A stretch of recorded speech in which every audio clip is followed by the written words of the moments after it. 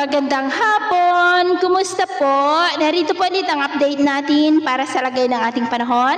Ngayong hapon po ng February 24, 2024 na kung saan sa ngayon po ay patuloy pa rin ang pag-iral ng easterly sa malaking bahagi ng ating bansa at ang amihan ay nandyan po ngayon sa may extreme northern Luzon habang may nabubuo na ITZZ o yung Intertropical Convergence Zone sa may southeastern part po ng Mindanao.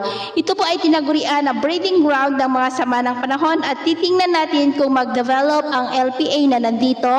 At ito nga ang pinapakita ng forecast model natin pong ginagamit hanggang po sa susunod na 2 linggo. At sa lagay po ng ating panahon, ngayong hapon ay maayos ang panahon sa malaking bahagi ng ating bansa pero may tsansa pa rin po ng maulap na kalangitan with isolated rains sa silangang bahagi po ng Cagayan Valley, Quezon, Bicol Region, ilang bahagi ng Samar Province